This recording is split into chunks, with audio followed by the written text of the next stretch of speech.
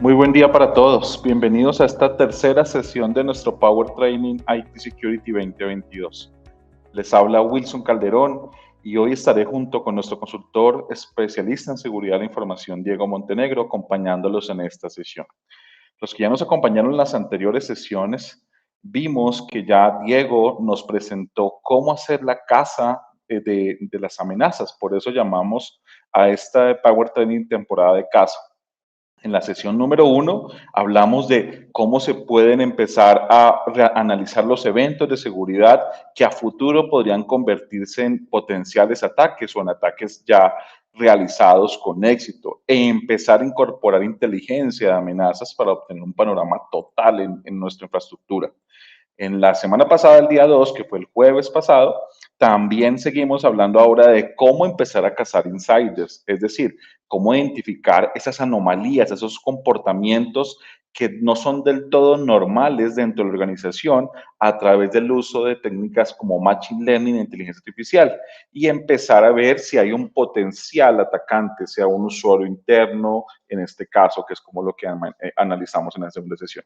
Pues bien, hoy Diego nos va a mostrar en la sesión de hoy a cómo reducir la superficie de ataque con base en el threat hunting. Es decir, las dos anteriores sesiones aprendimos cómo detectar potenciales amenazas, potenciales atacantes desde adentro de nuestra organización y ahora vamos a ver cómo dar respuesta a esas posibles amenazas, cómo empezar a remediar mediante políticas corporativas a nivel de aplicaciones, browsers, a nivel de protección de los puntos finales. Eso es lo que vamos a hacer en la sesión de hoy. Recuerden que esta es la tercera sesión, la cuarta sesión y última sesión va a ser el siguiente jueves. Entonces, vamos a darle paso a mi compañero Diego sin antes mencionarles que la idea es que ustedes vayan prestando atención a la sesión y obviamente si tienen alguna pregunta la pueden ir dejando por la opción que tiene el mismo nombre, la opción de preguntas que está en la opción, en el panel derecho que tienen ustedes aquí en el Soco Backstage y con gusto vamos atendiéndola sobre la marcha o al final de la sesión. Sin más preámbulos, bienvenido Diego, adelante. Hola Wilson, muchísimas gracias. Hola, un buen día para todos. Muchísimas gracias por estar aquí en esta tercera sesión en nuestro capítulo 3 de Casa de Amenazas. Muchísimas gracias por su asistencia. Quien les habla, Diego Montenegro, el consultor técnico de ciberseguridad para ManageEngine. Bueno, entonces haciendo un resumen, en primer lugar haciendo un resumen de las dos sesiones anteriores, donde en las dos sesiones anteriores estuvimos hablando de la casa, ¿no? De hacer casa mediante las herramientas de ManageEngine y poder entrar y buscar qué es lo que pasa, qué es lo que hay. Es hacer esa búsqueda, ¿no? Hacer esa búsqueda. El día de hoy vamos a remediar. Ya encontramos en la sesión 1 y 2, encontramos las brechas de seguridad de nuestra organización y lo que vamos hoy es empezar a remediar para que no nos vuelva a suceder, para que no nos vuelvan a extraer información.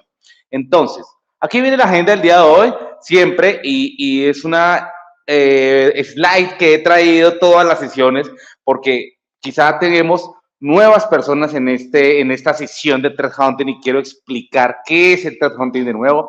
Vamos a hablar de qué es el threat hunting, por dónde empezar a hacer threat hunting, los hallazgos encontrados, la ruta para un threat hunting y, por supuesto, mediante las herramientas vamos a hacer un plan de remediación. Bueno, ahora, threat hunting. Vamos a volver a repetir lo que es el threat hunting y cómo nos ayuda a nosotros a nuestra casa de amenazas. El threat hunting, esa casa de amenazas, lo que nos ayuda a hacer es ir a nuestra infraestructura a investigar, a buscar amenazas, a buscar esas amenazas donde no las hay. Tengo que ir a buscar algo, pero no sé qué voy a buscar. El threat hunting significa que voy a ir a cazar algo dentro de mi organización, pero no tengo ni idea qué voy a encontrar. No hay un checklist para esto, no hay un orden de las cosas. Simplemente voy a tomar uno de mis dispositivos, uno de mis usuarios, uno de mis procesos y voy a empezar a buscar amenazas, a ver qué hay. Y aquí no es buscar amenazas con base a alertas, con base a emails, como les hablaba anteriormente en las otras sesiones, sino buscar movimientos extraños, ¿no? Realmente eso es aventurarse a lo desconocido, esto es ir a buscar cosas que no sé qué voy a buscar. Si yo como cazador de amenazas en una organización voy a ir a buscar y me preguntan, ¿qué está buscando? Mi respuesta es no sé. No sé qué estoy buscando. Simplemente estoy viendo qué indicios hay por ahí para empezar a analizar, empezar a buscar. Recordemos que esto es diferente a la respuesta a incidentes, ¿no? La respuesta a incidentes es tener un incidente cibernético y empezar a realizar un checklist, unas tareas con base en esto. Aquí es completamente diferente, aquí es más proactivo el tema porque nosotros vamos a empezar a buscar cosas que no tenemos cuando todo esté en calma, ¿no? Entonces, aquí explicando un poco y haciendo un recorderis de las sesiones que hemos tenido y el threat hunting para no olvidarnos de nuestro tema principal y es por dónde empezar, ¿no? Entonces, primero, las 5 Ws, el why, el por qué. ¿Por qué vamos a hacer un threat hunting en nuestra organización? Simplemente vamos a hacer un entrenamiento, vamos a empezar. Cuando nosotros hagamos una casa de amenaza, lo que estamos haciendo es entrenando con nuestras herramientas y aprendiendo a utilizarlas para buscar eventos, ¿no? Buscar eventos que son un indicio de algo, no estamos buscando alertas, estamos buscando dentro del gran mundo de los logs, ¿no? Entonces, es un entrenamiento. A la hora de que llegue a suceder un incidente cibernético, pues como ya hemos entrenado con la casa de amenazas, va a ser mucho más fácil esa respuesta a incidentes. Entonces, ahí es importante el por qué, porque vamos a tener un entrenamiento con las herramientas. Indirectamente vamos a aprender mucho más de lo que sabemos. Ahora, ¿quién? Entonces, aquí es donde yo les decía en la primera sesión, el team cazador. El team cazador es importante tenerlo, ese grupo de especialistas, de personas hábiles para un segmento. Entonces, ahí es donde yo debo elegir quién me va a ayudar para hacer una casa de amenazas. Recordemos, para los que no estuvieron en la primera sesión, para yo poder elegir el equipo de casa de amenazas, no tienen que ser especialistas en seguridad. Aquí puede ser el especialista de los servidores, aquí puede ser alguien que sepa de Azure, por ejemplo, alguien que sepa de algo en la organización. La casa de amenaza no solamente es para los administradores de seguridad, olvidémonos de eso. La casa de amenazas es para cualquier ingeniero de TI que está en nuestra organización administrando, soportando alguno de los grandes dispositivos que tenemos en la organización. Entonces, elegir el TI, elegir el equipo cazador es muy importante. Elegir, no siempre es el mismo equipo cazador.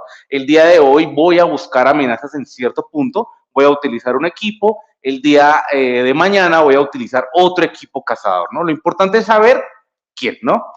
Por supuesto, todo el equipo del team cazador lo va a dirigir y lo va a liderar el área de seguridad, que es el principal, es el área principal donde tienen que ver qué amenazas hay en mi infraestructura, ¿no? Ahora, ¿cuándo? Realmente el momento específico en mi concepto profesional no existe. ¿Cuándo hay que hacer amenazas? No hay un punto donde yo diga, el día de hoy es el mejor día para hacer amenazas. Como yo lo decía en la primera sesión, para hacer una casa de amenazas es ir a buscar eventos anómalos cuando mis dispositivos no tengan ninguna alerta, cuando todo esté en calma, cuando no vamos a ver donde nuestro SOC, por ejemplo, o nuestros administradores de seguridad digan, hoy amanecimos bien, no tuvimos ninguna alerta, no tuvimos ningún correo de incidencias de seguridad, todo está andando, todo está en marcha, ¿no? Entonces, ahí es donde, en mi concepto, podemos empezar.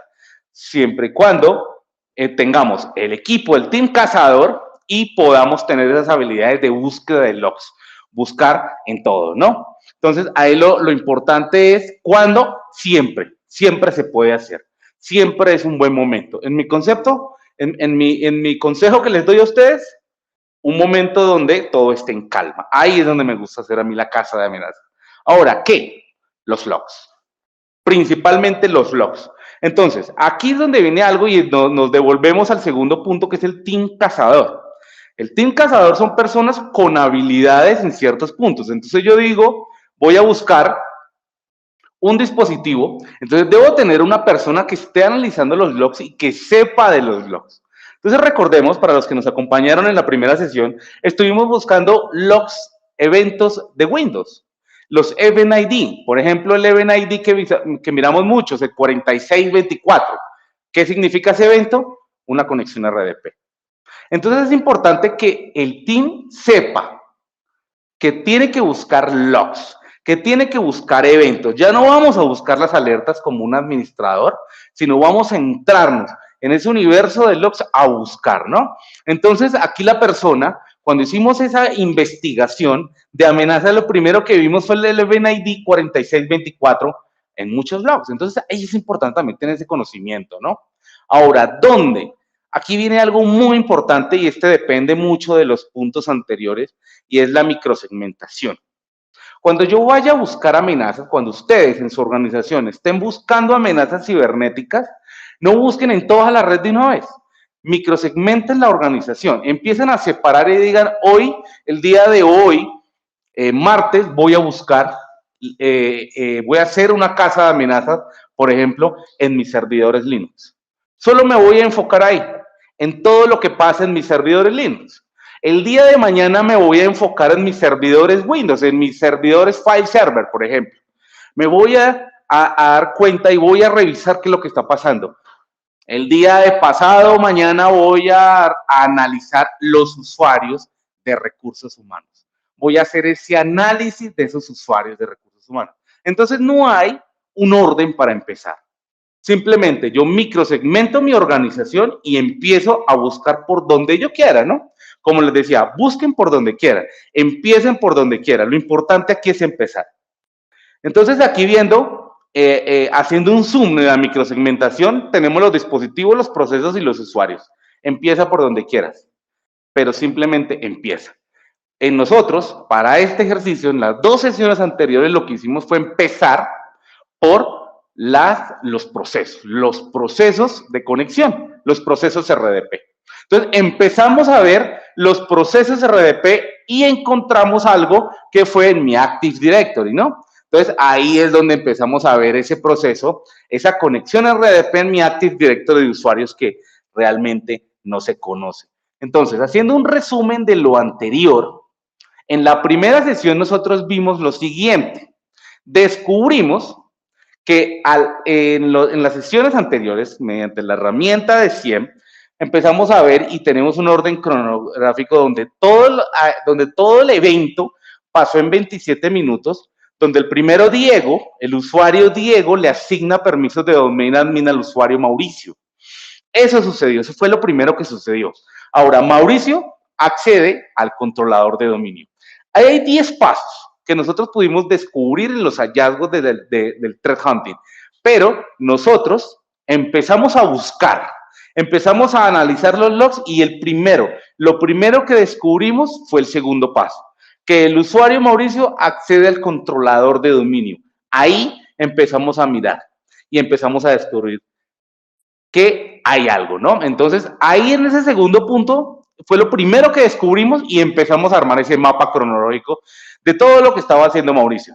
Después Mauricio lo que hizo fue crear una cuenta en el directorio activo. Como se conectó al controlador de dominio, pues él hizo un usuario que se llama operador. Resulta que ahora ese usuario operador hizo un logon a un workstation. Ese logon a workstation lo que hizo ese usuario operador, que ya sabemos que lo manejó Mauricio, hizo una instalación de TeamViewer. TeamViewer no es una herramienta mala. TeamViewer no significa de que sea algo malo en la organización. Simplemente está instalando software no corporativos para esta organización. Para esta, supongo otras organizaciones sí funcionan con el TeamViewer y tienen TeamViewer para hacer las conexiones remotas, pero aquí no, aquí se tiene otra herramienta. Entonces, si yo instalo TeamViewer acá o un usuario hace esto, pues realmente sé que es para darle conexión a alguien o para tener un backdoor y poderse conectar después. Entonces, para esta sesión, para esta organización que estamos haciendo de threat hunting, realmente es una anomalía. Ahora, ese usuario operador, que es un usuario grande, que es un usuario que ahora es un domain admin, porque Diego le dio a Mauricio el domain admin y Mauricio creó un usuario y también le dio domain admin, resulta que hizo un RDP al file server. Aquí ya se está metiendo con dispositivos críticos de la organización. Hizo una conexión RDP a un file server y ahí hizo un copiado de un archivo, ¿no? Un control C. sea, recordemos que todos los dispositivos que están en los file servers son dispositivos críticos, ¿no? Hizo file server y lo que hizo fue eliminar la cuenta operador, recuerden esto, eliminó la cuenta operador, el usuario Mauricio, para dejar indicios, ¿no? Después de esto descubrimos que Diego va y le retira los permisos de dominio admin a Mauricio. Y después de eso vemos que la cuenta operador ya eliminada envía el archivo a Dropbox. Eso quiere decir que cuando yo voy y elimino un archivo en controlador de dominio, si yo no he cerrado la sesión, pues el archivo, el usuario va a quedar conectado. Yo lo puedo eliminar hoy, pero si el usuario está haciendo RDP, él no se va a desconectar hasta que yo le diga desconéctese. Entonces el usuario operador ya eliminado, con la conexión abierta, vimos que envió un archivo. Ahora, de esos 10 pasos, y aquí lo importante de eso de la casa de amenazas, y es algo que yo siempre repito en todos mis webinars, no solamente pensemos en malware ni en ataques informáticos. De estos 10 hallazgos que hemos descubierto en las 2 sesiones anteriores, ninguno es un ataque, ninguno es un malware. No instalamos absolutamente nada de malware, de ransomware, de absolutamente nada. Simplemente todo comenzó con un abuso de privilegios del usuario Diego, dándole a Mauricio permisos de dominio admin, y Mauricio también abusó de sus privilegios. Entonces, al abusar de sus privilegios se crean grandes cosas, y aquí podemos ver de que se salió un archivo. Todo esto pasó en 27 minutos, de 10:42 de la noche a 11:11. Realmente, mientras estamos en casa, mientras estamos descansando, los usuarios están haciendo esto. Entonces, ahí es la importancia. No nos enfoquemos solamente en amenazas, en malware ni en ataques informáticos, sino también en los movimientos de los usuarios, ¿no? Entonces, ahí es donde mostrábamos el UEBA, donde mostramos el comportamiento de los usuarios y poder ver todos estos movimientos, ¿no? Entonces, importante validarlo. Ahora, aquí viene algo y la identificación. Con base en eso, ¿qué pudimos identificar? Manipulación de archivos. La manipulación de archivos indebida, ¿no? Descubrimos que un usuario recién creado llamado operador entró a mi file server. Instalación de software no corporativo. Instaló TeamViewer. ¿Por qué tiene que instalar TeamViewer? Es un domain admin, pero instaló TeamViewer. Abuso de privilegios, por supuesto que sí, de los insiders de Diego y de Mauricio, ¿no? Conexiones remotas, ok, las conexiones remotas hay que controlarlas, no estaban controladas, todo el mundo se conectó a todo y nadie auditó las conexiones remotas. Ojo con eso, siempre es importante auditar las conexiones remotas a los dispositivos. Fuga de información, por supuesto, ese fue el detonante, eso fue la finalidad, lo exitoso del usuario, que tomó un archivo PDF llamado base de datos de Credibanco, la base de datos de los usuarios, lo sacó por Dropbox, y por supuesto identificamos los insiders, ¿no? Diego M, el usuario de dominio, M Londono, el usuario de dominio, y el otro usuario llamado operador, que sabemos que todo fue hecho por Mauricio Londoño, con el usuario M Londoño que creó operador, para que él no se descubriera, para que no quedara un reporte por ahí de que M Londono sacó el archivo sino operador. Pero, sin embargo, hemos descubierto todo. Hemos descubierto que fue Mauricio el que creó la cuenta, pero porque Diego inició el proceso de abuso de privilegios. Entonces, aquí es importante que cuando hagamos una casa de amenazas, hagamos una identificación de lo que encontramos. Estas 6 partes es lo que nosotros necesitamos arreglar. Es lo que nosotros necesitamos identificar. Entonces, aquí viene algo importante que yo les digo a ustedes, y es: o somos cazadores o somos cazados realmente. Aquí es como, o somos una organización que se defiende ante las amenazas, o nos van a atacar. O sabemos que nos están atacando, o no sabemos que nos están atacando. Entonces, aquí es importante empezar. Ustedes allá, en sus organizaciones, empiecen a cazar amenazas, empiecen a buscar, primero, una hipótesis. Lo que decía yo en la segunda sesión, y aquí lo quiero recordar, la hipótesis. La hipótesis, imaginémonos que tenemos un ataque cibernético. Imaginémonos que el día de hoy en nuestra organización nos instalaron un ransomware. ¿Tenemos cómo prevenirlo? ¿Qué podemos hacer? Ustedes, con las herramientas que tienen actualmente, ¿cómo pueden evitar un ransomware? Imagínense que entran, o el mismo escenario que hemos manejado en estas sesiones. de que un usuario creó un usuario de domain admin y que va y toma un archivo de su file server y lo saca por Dropbox. ¿Lo puede hacer? Imagínense que eso esté pasando en su organización. Entonces empiece a buscar mecanismos de defensa. Empiece a hacer una búsqueda como lo que hicimos acá. Empiecen a buscar los eventos, empiecen a buscar las conexiones RDP, a ver qué pueden encontrar. Hagan ese mismo método que yo he hecho en estas 2 sesiones que pasamos, donde ustedes empiezan. Todo se empieza con una hipótesis. Imagínense siempre lo peor y con base en eso empiecen a buscar. Entonces, eso es el primero. Segundo, la casa de amenazas manual. La casa de amenazas manual ahí viene después de la hipótesis, donde yo voy a hacer mi análisis continuo, ¿no? La búsqueda, el search, ir a los logs con mi team. Si yo soy el líder de seguridad y voy a revisar logs de Windows y yo no soy muy experto en Windows, pues yo me llamo a mi equipo cazador, a mi experto en Windows, lo siento al lado mío y le digo, busquemos, encontremos. ¿Qué pasa aquí? ¿Qué puede encontrar usted acá anómalo?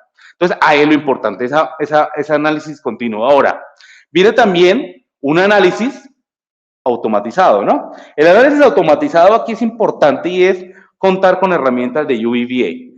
En análisis de comportamiento de usuarios es muy importante porque nos ayuda mucho en esa búsqueda de amenazas. Entonces, el análisis de comportamiento de usuario me va a decir comportamientos diferentes a lo que hacía antes.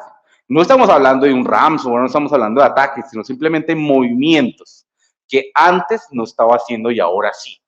Eso nos ayuda mucho. El UEBA es algo muy importante. Ustedes, si tienen un CIEM en sus organizaciones, tengan un UEBA, que la herramienta de Next Generation CIEM tenga un UEBA, porque esto nos va a ayudar mucho a la búsqueda de amenazas.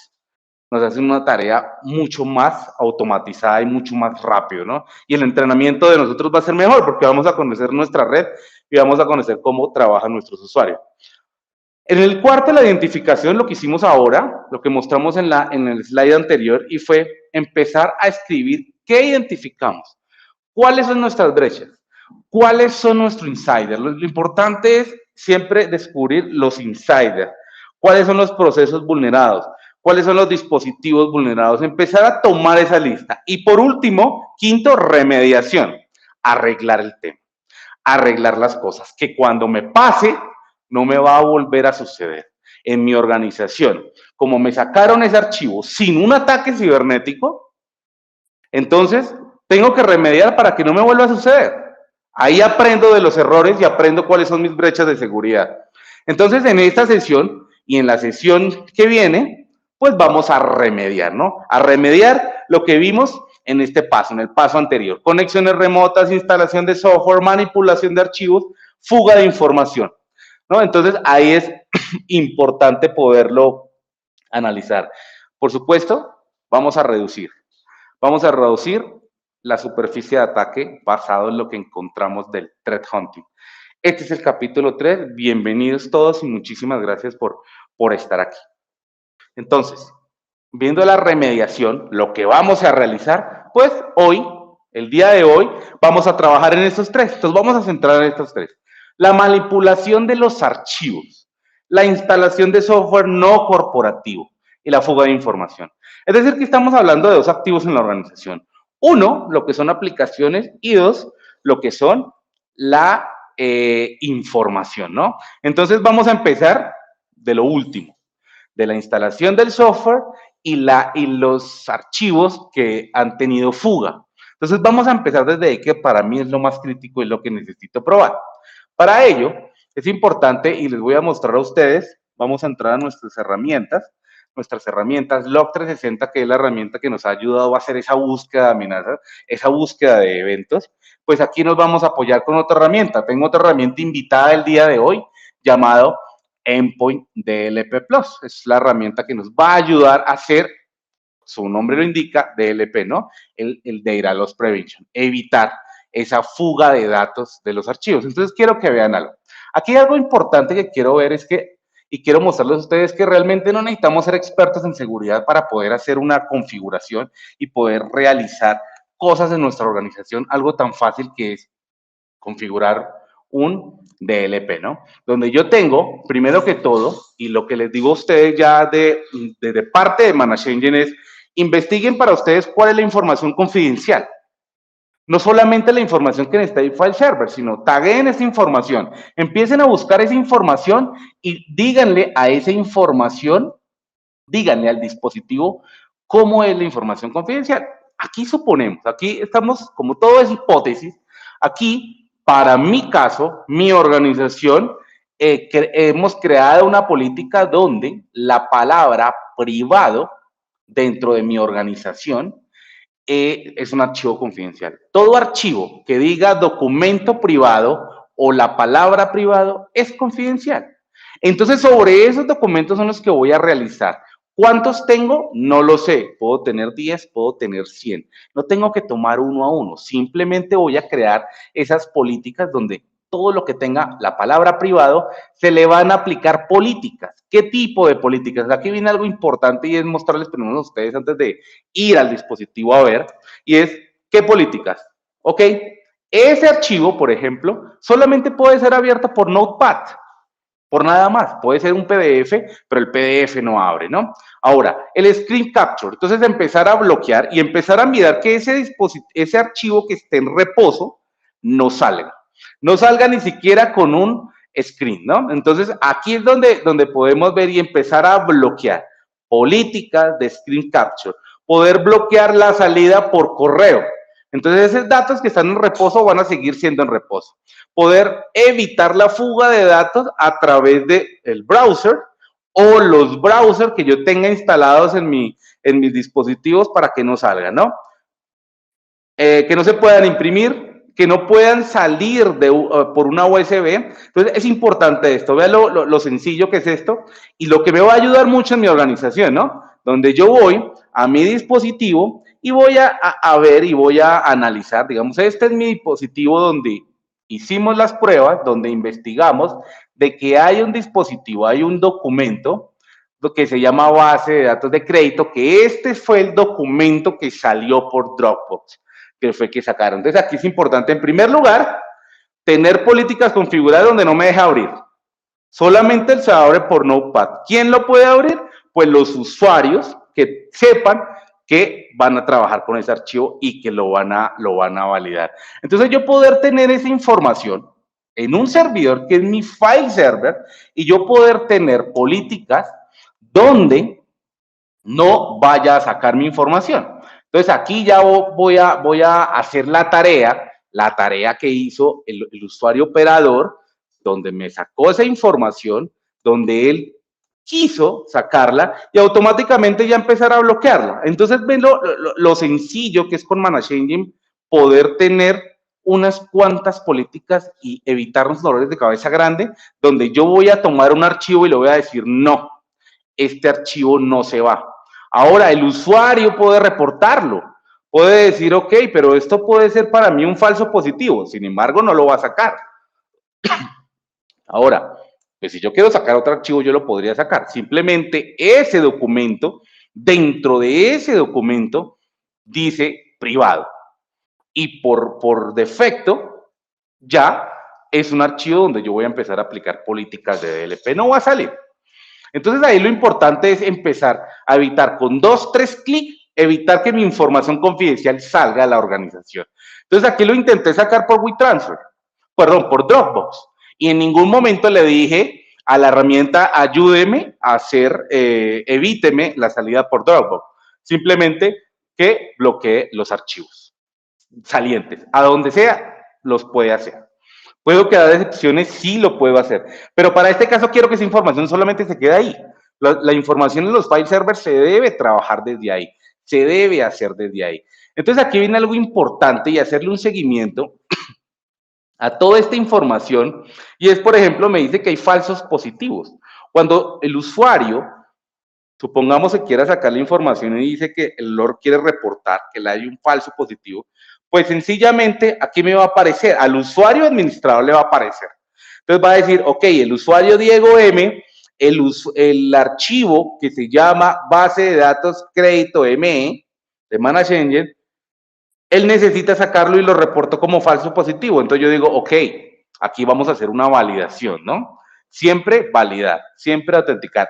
Para ese Diego, el archivo es un archivo que debe sacar por Dropbox. Pero aquí yo voy a validar y de una vez, de paso, voy a mirar quién me está intentando sacar archivos, ¿no? Entonces empezar a revisar y empezar a validar que realmente yo puedo decir, ok, esto para mí no es un falso positivo, entonces lo que voy a hacer es ignorarlo.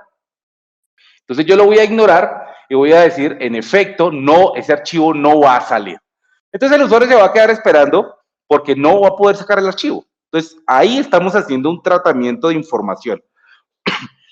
De toda la información que yo tengo, de todos mis archivos que tengan esa palabra privada. Entonces realmente aquí voy a ver unos eventos de toda la información que yo estoy intentando sacar o que los usuarios están intentando sacar o que los usuarios me están reportando como falso positivo. Entonces aquí ya tengo visibilidad de mi información confidencial, cosa que yo no tenía antes, ¿no? Entonces ahí la importancia de poder analizar esto y poder ver de que realmente es muy sencillo tener herramientas de seguridad que nos van a ayudar a proteger.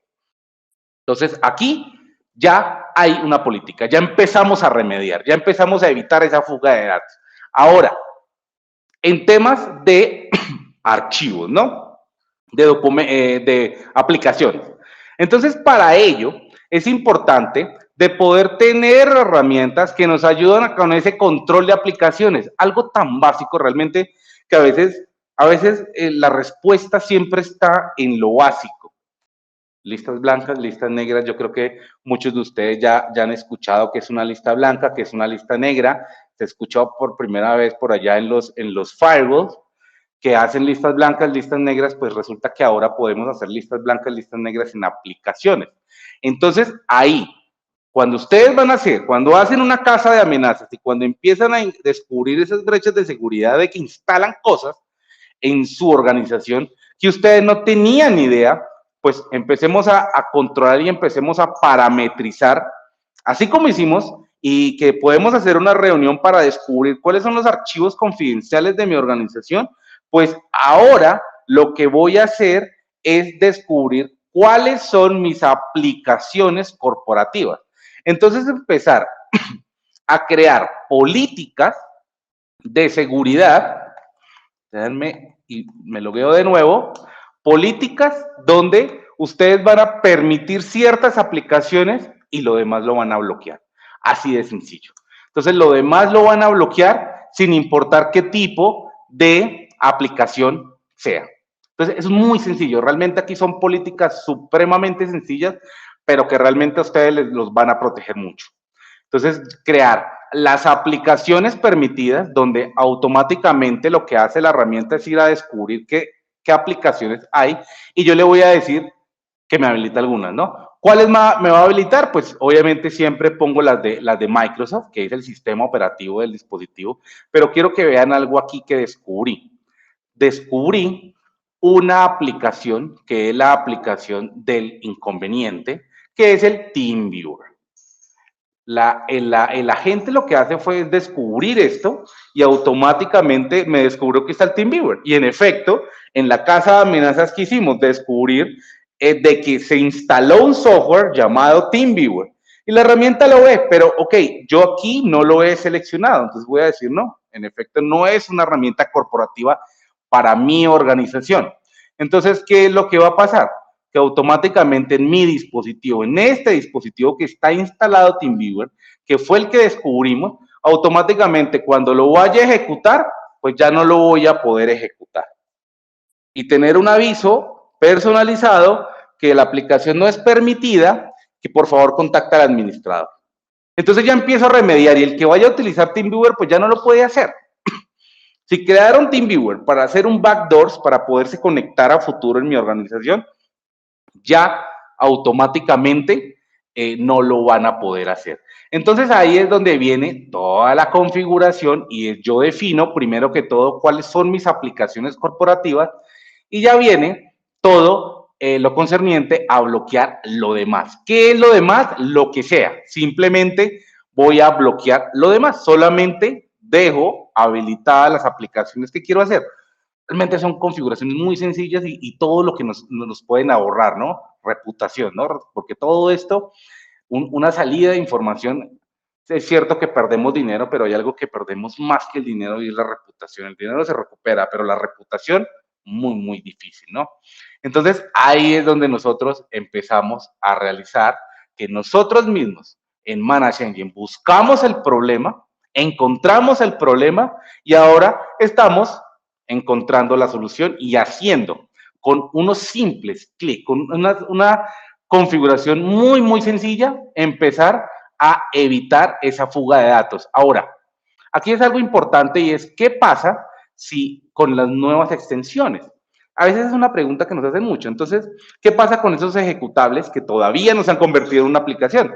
Pues, por ejemplo, aquí tengo Spotify, ¿no? Spotify realmente no es una aplicación corporativa y tengo ese instalable. Entonces, el usuario llega a instalarlo y automáticamente la aplicación no me lo deja.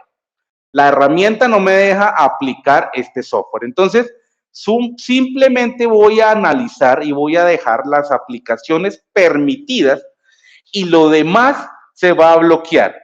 Las demás aplicaciones y los ejecutables dentro de mi organización. Un ejecutable que llega un día después de crear políticas es un ejecutable que no se va a ejecutar. Entonces, ahí ya estamos empezando a remediar. Y no necesitamos ser expertos en ciberseguridad, ni ejecutar códigos, ni comandos, ni nada de eso, para protegernos de algo tan simple que es evitar la instalación de software no corporativo y la fuga de información de datos. Que la verdad decimos, la fuga de información la fuga de información es algo muy importante, es algo que debemos tener cuidado, pero realmente protegernos de esa fuga de información es muy sencillo. Realmente es muy fácil hacer un DLP, muy sencillo descubrir cuáles son mis archivos para poder evitar esa salida, ¿no? Ahora, es muy fácil también evitar. ¿Qué pasa si en vez de hubiese sido TeamViewer, hubiese sido un documento, un archivo, un .exe que tuviera ransomware? Sería peor el tema porque empieza a cifrarme archivos, ¿no? Entonces, aquí, con evitar aplicaciones, instalación de aplicaciones, pues estamos evitando que nos instalen ransomware, por ejemplo. Que nos instalen un archivo para que sea ejecutado porque la misma herramienta no lo va a ejecutar. Entonces, imagínense ustedes todo lo que se pueden ahorrar con esto. Muchísimos ataques cibernéticos y pues obviamente fuga de información. Entonces, por supuesto, tener la herramienta de casa de amenazas, donde yo voy a empezar a buscar los logs, donde desde aquí empezamos, en nuestra primera sesión, empezamos a buscar los logs y yo empecé a buscar logs en Windows. ¿Por dónde se empieza? Por donde quieran. Empiecen con un servidor. Si creen que todo es que revisar todos los servidores es mucho, empiecen con uno, pero empiecen a buscar los logs, que con esta búsqueda de logs que tenemos acá, con eso nos llevó a remediar y nos llevó a bloquear información. Entonces, una cosa nos está llevando a la otra y ya vimos todo lo grande que es eso. Entonces, a veces en seguridad estamos aquí pendientes en un SIEM, pero pendientes de las alertas, ¿no? A ver qué ataque cibernético nos ha llegado o qué malware, ¿no? Pero resulta que nos están haciendo es otra cosa. Simplemente movimientos en nuestra organización nos están generando esto. Entonces, ahí es donde viene todo el tema de la remediación y por qué no remediar antes de que pase. ¿Por qué no ustedes se imaginan en su organización que está sucediendo lo mismo? Que alguien se está elevando privilegios como domain admin y está entrando a un file server y está sacando información. Imagínense que está pasando en su organización. Ahora vayan y remedienlo. Eviten la fuga de datos mediante DLP. En un servidor, en los servidores file server. Eviten la instalación de software no corporativo dentro de la organización. Y por supuesto, lo importante siempre, antes de aplicar políticas, analizar. ¿Sí? Entonces, contar con herramientas que nos ayudan a analizar no solamente cómo, quién se está conectando, sino qué se está conectando y poder ver, por ejemplo, cuáles son esas aplicaciones que más son utilizadas. Por ejemplo, mira, aquí me aparece TeamViewer. O sea que el TeamViewer se utilizó en la organización, se utilizó en mi dispositivo y la herramienta me lo está mostrando. Entonces tengo visibilidad en cuanto a los dispositivos en cuanto a las aplicaciones de esto. Y por supuesto, como yo creo listas blancas y listas negras, o puedo crear listas blancas, pues yo también tengo listas grises. Listas grises son esas herramientas, son esas aplicaciones que se están utilizando, pero que no están clasificadas. Entonces ahí es donde yo puedo ver esas listas grises y puedo ver las herramientas que yo no he hecho nada con ellas y puedo empezar a ver. Entonces ven lo sencillo realmente que es poder tener un Application Control Plus en cuanto a mis aplicaciones y todo lo que me va a ayudar a evitar esa fuga de datos, a evitar esa fuga de información, porque hay aplicaciones para fuga de información. Entonces, bloquear esas aplicaciones que ni siquiera conocemos y no necesitamos conocer, simplemente es bloquear. Y, por supuesto, tener la información de quién está accediendo a mis archivos críticos de mi organización, poder tener esa reportería y poder tener políticas para que esos usuarios no hagan la fuga. Y si esos usuarios me dicen que es un falso positivo, pues yo ya voy a poder saber. Yo ya voy a poder saber qué es un falso positivo y si realmente ese archivo debe salir o no. Entonces, es la importancia de poder ver esa información y de poder analizar mis datos confidenciales, porque cuando hagan una casa de amenazas y cuando vayan a remediar, definan qué es qué son datos confidenciales, definan cuáles son los archivos, cuáles son los documentos que se deben trabajar y que se deben tratar. No todos los documentos se deben tratar, ¿no?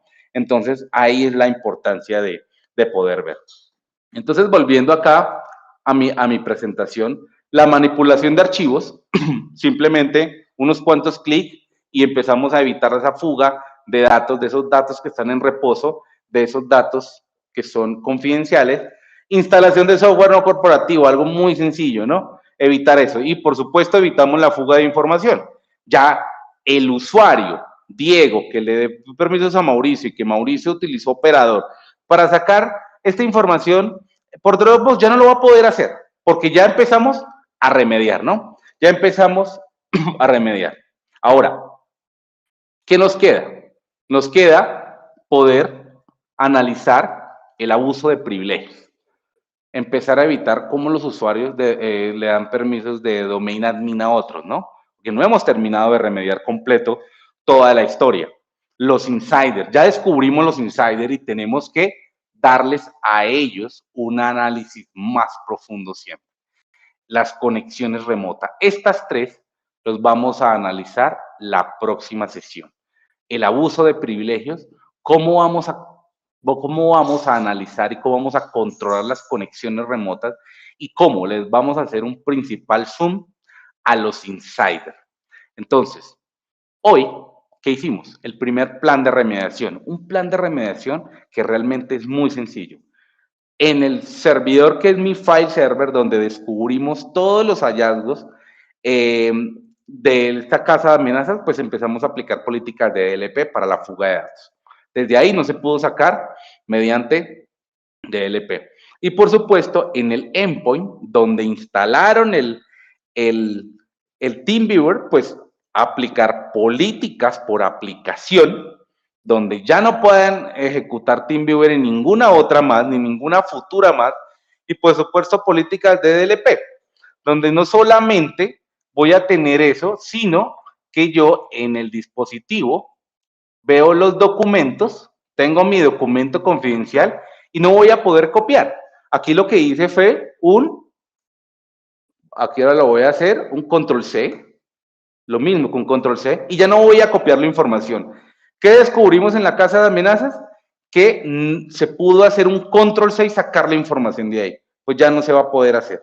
Entonces, algo tan sencillo como bloquear un control C para no sacar la información, ni sacar la información mediante Dropbox, o sea, mediante ningún mecanismo que esté por browser, lo podemos hacer, ¿no? Entonces, la información es confidencial, base de créditos es confidencial y se va a quedar ahí. Simplemente se va a quedar ahí, porque la información me dice, porque mis políticas de la organización me dicen que se queden ahí. Entonces, el día de hoy hicimos este plan. Los archivos se quedan quietos, los archivos se manipulan de las personas que deben manipularla nomás, vamos a tener un registro de esas personas que manipulan mis archivos y las personas que no son personas idóneas para manipular esos archivos, pues no van a poder hacerlo, ni siquiera lo van a poder abrir, ni siquiera van a poder abrir el archivo para ver qué es lo que hay ahí, o ni siquiera van a poder realizar esa función, ¿no? Entonces quiero mostrarles a ustedes ese screen capture últimamente. El screen capture que yo hago de los archivos, este archivo, como tenemos una política de que no se pudo abrir, que si yo le doy clic no se puede abrir el archivo, porque solamente se puede abrir con Notepad. Entonces, si yo lo abro con Notepad, aquí sí lo voy a poder abrir. Simplemente lo abrí, pero la información, mire cómo se va a ver. ¿Y qué va a pasar? Que voy a hacerle un screen capture. Supongamos de que aquí la información se ve completa y puedo sacar esta información, ¿no? Entonces, normalmente un usuario anómalo, un usuario, un insider, va a tomar un screen, ¿no? Entonces, el Snipping Tools normalmente de Windows y automáticamente voy a sacar el pantallazo y vean cómo se ve negro, ¿no? Entonces, automáticamente la herramienta no me va a dejar ni siquiera estos jeroglíficos que no entendemos qué son, pero la herramienta no lo va a dejar. Entonces, ni siquiera puedo sacar un pantallazo de mi información confidencial. Y con 2, 3, 4 clics que hicimos en la política. Entonces, ven lo fácil que es proteger la información y evitarnos esos dolores de cabeza de estar remediando y buscando cosas donde no realmente no la encontramos, ¿no? Bueno, no sé si tenemos preguntas. En primer lugar, muchas gracias por atender la sesión y si hay preguntas, con mucho gusto lo vamos a contestar. Muy bien, Diego. Muchas gracias a todos por asistir. Antes de pasar a las preguntas, quiero agregar algo nada más, y es la importancia de lo que mencionaba Diego, del tema de Application Control, y él mencionó algo que es el detalle del software, que no lo permitamos inclusive tener ese software riesgoso. Un complemento que ustedes o que posiblemente puede trabajar acá es hacer el inventario del software que tienen los equipos y empezar a clasificarlo. ¿Cuál es el software permitido? ¿Cuál es el software no permitido? ¿Cuál es el software de negocio? Y con base en eso empezar a hacer unas primeras políticas, que es ese software que no es permitido, que llamémoslo prohibido, evitar que sea instalado. Eso lo podemos hacer simplemente con Endpoint Central en esa primera instancia, y ahí en adelante empezar a crecer en las mejores características que ya Diego nos mostró a lo largo de la sesión. Bueno, con base en lo que nos mostró Diego, habían varias preguntas, y la primera era si esto era posible trabajarlo en ambientes híbridos, es decir, que no dependamos de que todos los equipos estén en una misma red o en una misma ubicación física. ¿Esto es posible, Diego? Hola Wilson, claro que sí. Digamos que para este ejemplo todo lo tenemos en la misma oficina, digámoslo así, pero realmente nosotros podemos tener branch office por toda la ciudad, por todos los países y tener esta política de control totalmente transparente para ello, donde yo puedo ir a bloquear aplicaciones, por ejemplo, o ciertos archivos en una ciudad y en otra ciudad tener otro tipo de políticas de bloqueo por aplicación. Entonces sí se puede hacer. Realmente es muy personalizado toda la remediación y lo que es un control de DLP y un control de aplicaciones para cualquier oficina y varias oficinas que tenga una organización. Perfecto, Diego. Inclusive, denme un segundo, les voy a mostrar acá un poco de la arquitectura. Le voy a quitar un momento el control a Diego y voy a mostrar aquí mi pantalla un segundo. Creo que ya la están viendo, si no estoy mal. Si ya la están viendo, si no estoy mal. Listo, perfecto. Entonces, déjenme, les muestro aquí esa parte que mencionaba Diego de la arquitectura que permite hacer este trabajo, y esa es prácticamente una de nuestras mejores características, que todo lo que hacemos nosotros con la gestión de endpoints está preparado para trabajar en ambientes locales o en ambientes remotos o en ambientes híbridos, que es específicamente esto que les mencionó Diego. Tenemos la oportunidad de trabajar oficinas remotas, o lo que llaman las branch office, o inclusive equipos trabajando desde casa. Lo único que necesitamos es una conectividad, sea vía VPN o sea a través de Internet, a donde tengamos instalado nuestro endpoint DLP Plus, que es lo que hicimos o que mostró Diego para hacer todo el control y prevención de fuga de información, ¿ok?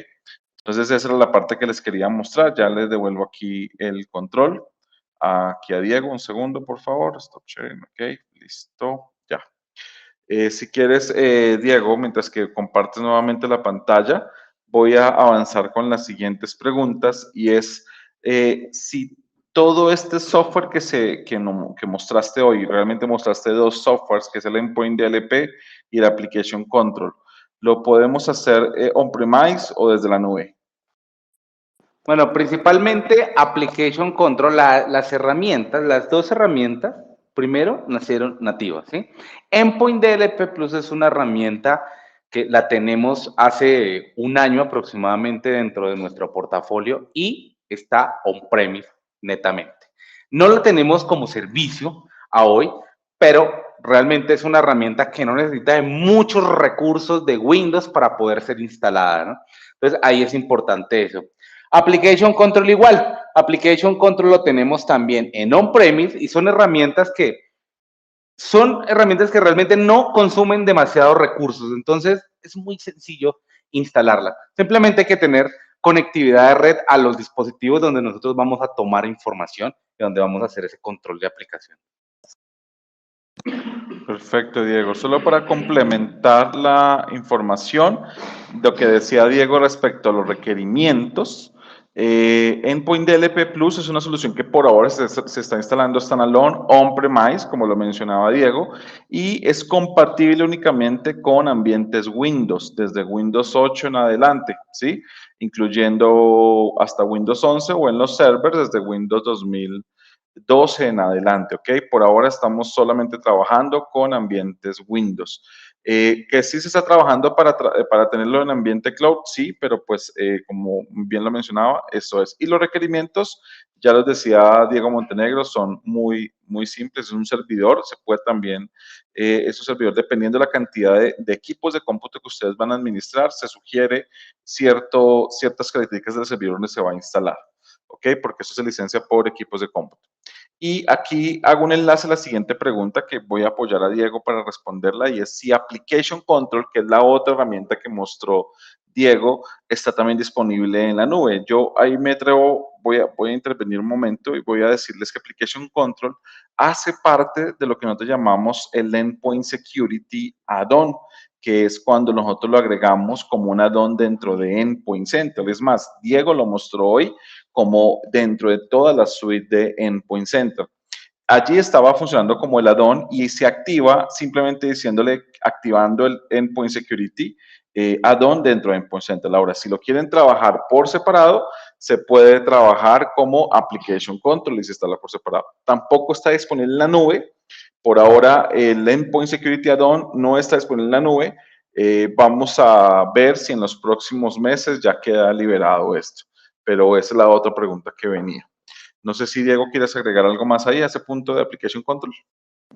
Mira, Application Control es una herramienta que primero que todo puede estar en standalone. Es una herramienta llamada Application Control, pero como decía Wilson, es una herramienta que también está en la suite de Endpoint Central. Para los que están conectados aquí, conocen Endpoint Central, sabemos que es una suite donde tiene varias herramientas incluidas en Endpoint Central. Una de ellas es el control de aplicaciones.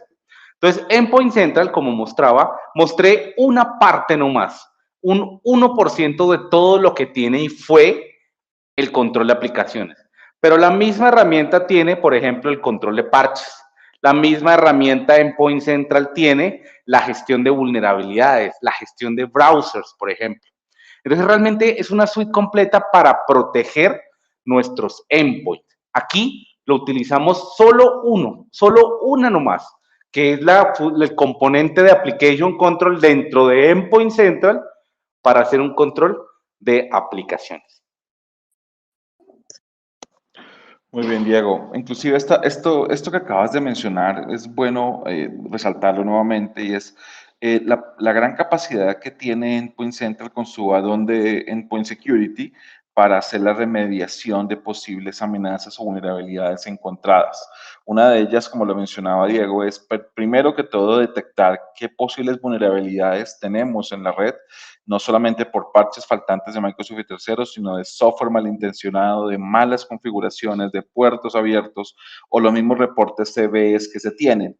Esas vulnerabilidades son totalmente remediables, simplemente instalando el parche desde el mismo Endpoint Central a ambientes híbridos. Vuelvo y repito, estamos completamente preparados para trabajar en ambientes híbridos o simplemente aplicando una configuración que permite reducir la superficie de ataque haciendo una configuración en los browsers que evite que se ejecuten programas en segundo plano, por ejemplo, o que evite la instalación de extensiones en los browsers que no tienen autorizadas, o inclusive llevarlo a un nivel de endpoints tipo móviles, donde podríamos ir a manejar contenedores seguros haciendo o compartiendo documentos a estos dispositivos móviles de forma segura, encriptada, o también restringiendo que estos dispositivos móviles puedan inclusive acceder a configuraciones que permitan tomar screenshots, que fue lo mismo que mostró Diego en el equipo. Podríamos también evitarlo en un dispositivo móvil, ¿sí?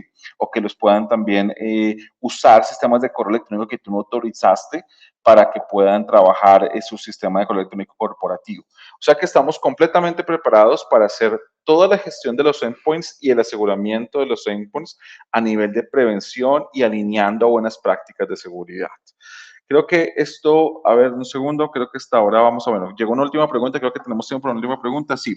A ver, Diego, la aplicación que mencionas, la aplicación se refiere a Patch Management de Management. Ah, ok, esa es para mí. Sí, Patch Management hace la gestión de parches, César, hace la gestión de parches tanto de Microsoft como de terceros. Si quieres, eso viene también incluido dentro de Endpoint Center. Si nomás te interesa gestionar parches, puedes hacerlo con Patch Management. Si quieres tener el control o la gestión completa de endpoints, sería Endpoint Central, que incluye Patch Management. Y si quieres también detectar vulnerabilidades por CVEs o reportes CVEs o por malas configuraciones o parches críticos que representen una amenaza por un reporte también que se sacó, ahí agregaríamos el Vulnerability Manager Plus como un add-on o también lo meteríamos dentro del add-on de Endpoint Security. Igual nosotros estamos atentos a cualquier consulta que ustedes tengan. Pueden hacer las consultas de ventas a latam-sales@manasengine.com o también nos pueden hacer cualquier consulta técnica a nosotros enviando un correo a tech-latam@manasengine.com. No sé si Diego quieres agregar algo ya para finalizar esta sesión. Bueno, muchísimas gracias en primer lugar por estar aquí en esta sesión, esta tercera sesión. Ya empezamos la remediación, empezar a evitar esa fuga de datos y esa instalación de software no corporativo. Recuerden que nos queda una última sesión más de estos capítulos de Threat Hunting, el capítulo 4, que vamos a hacer ahora, remediar, pero desde el lado del control de acceso. Entonces aquí viene algo importante y es el PAM, ¿no? El Privilege and Access Management, que vamos a explicar un poco qué es ese PAM. Eso hace parte del gran universo de lo que es ciberseguridad. Entonces vamos a empezar a utilizar todo, siempre, con herramientas de Management Engine, dando soluciones a las cosas y dando soluciones a ese threat hunting que nos demostró de que tenemos muchas vulnerabilidades en nuestra organización, donde nos hicieron una fuga de datos sin utilizar un solo ataque cibernético.